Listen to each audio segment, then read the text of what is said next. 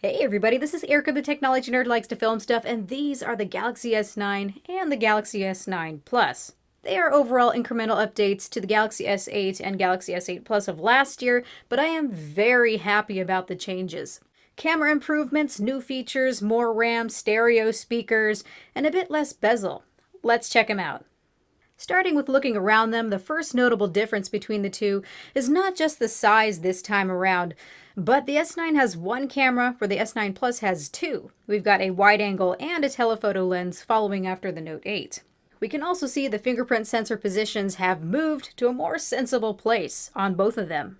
At the top, we've got all the previous sensors, including the iris scanner, 8-megapixel front-facing camera, and now the receiver pairs as a second speaker for the AKG-tuned stereo speakers. We finally have stereo speakers.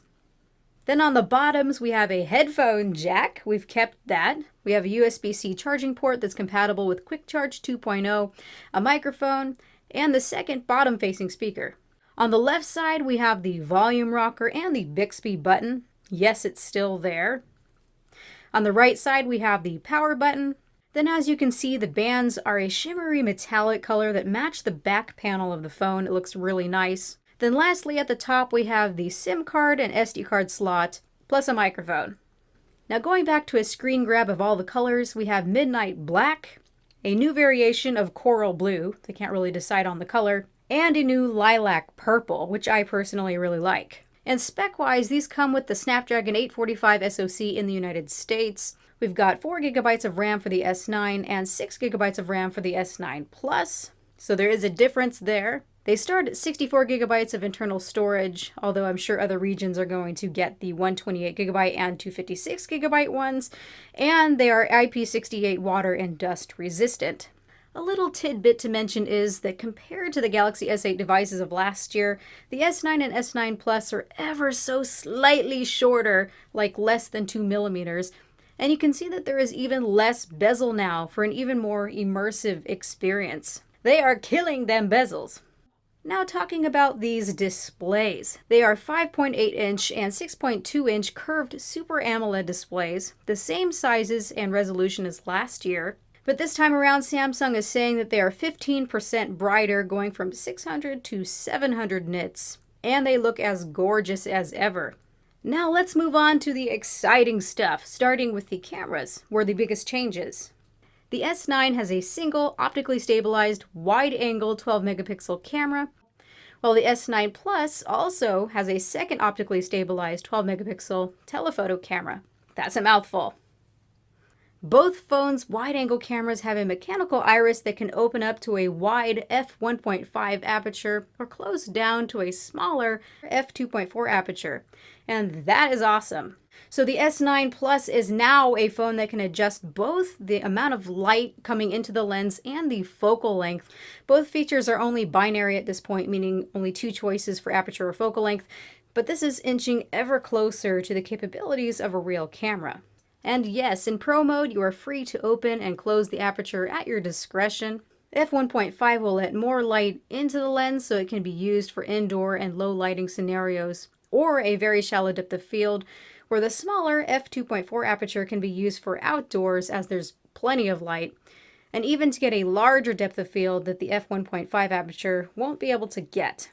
Now, an f1.5 aperture is pretty large for a small camera sensor, and they tout its usefulness and its super low light capabilities. It's the largest aperture that I have seen so far on a smartphone. The camera's DRAM is also enabling multi-frame noise reduction, where the camera is able to take 12 images and combine them to get a result with less noise. So we will see how it all works in real-world comparisons in my review. Here are some quick Galaxy S9 Plus samples that I took while at the event.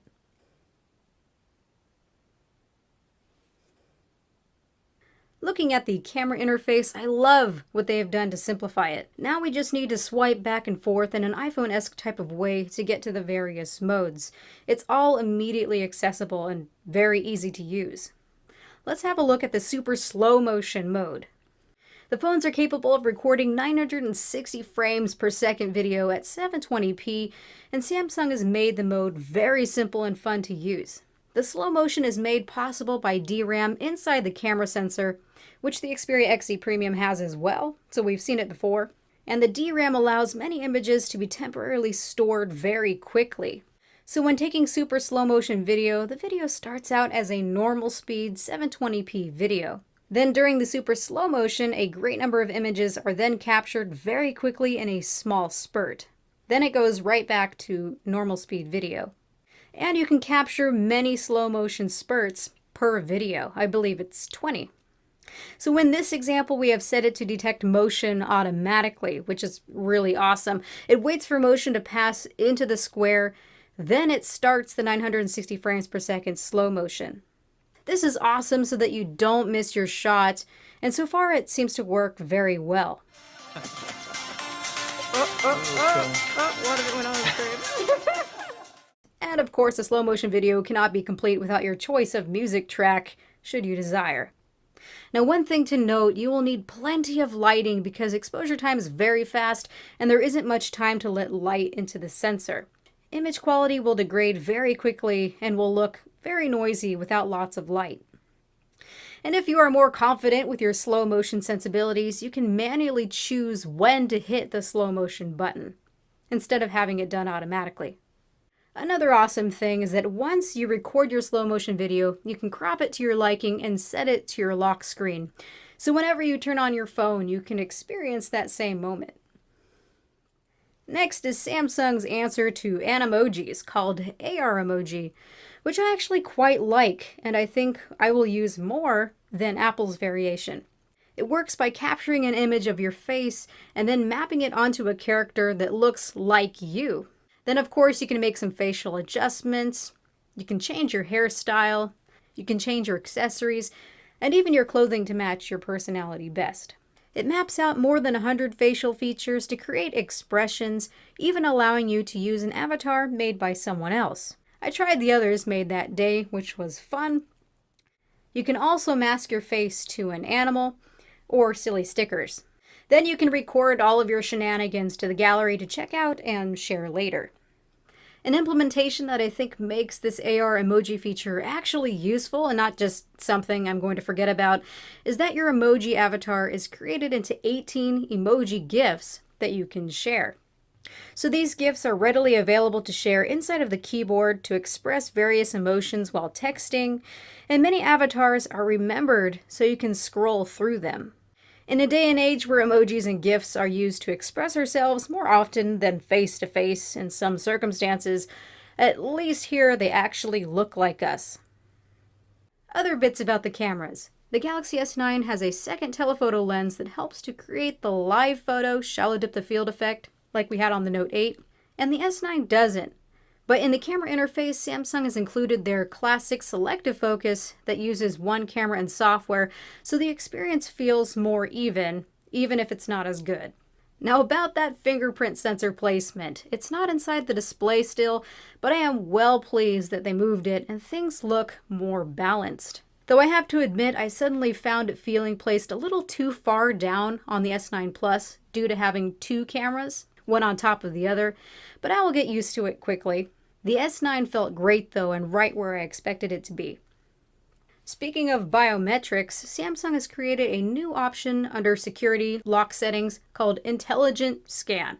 So Intelligent Scan is designed to use your irises to unlock the phone, but if iris scanning isn't available due to, just say, very bright outdoor lighting, it will automatically use Face Unlock instead. So Intelligent Scan intelligently decides when to use iris scanning or face scanning, and it works with unlocking the phone and in supported apps. The last big change I want to talk about are those stereo speakers. It was always frustrating accidentally covering the bottom speaker with my hand. I did that all the time. Now, while one speaker is still bottom firing, the receiver speaker won't be easily covered, so we won't be left any longer with entirely plugged up sound. As for sound quality, the speakers are tuned by AKG and support Dolby Digital Surround Sound, which is a nice effect, but at first impression, they still have that thin feeling to them. But I will take these any day. Here is a little sample of what they sound like.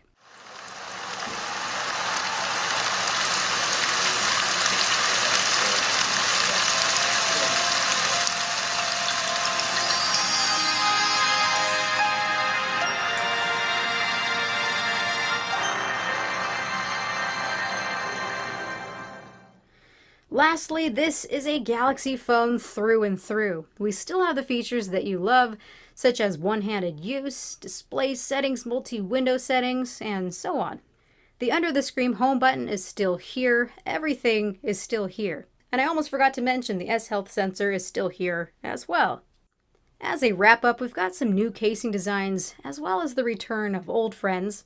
I also like the new choice of fabrics, as they seem pretty sturdy. I'm sure I will be getting the LED view case ASAP.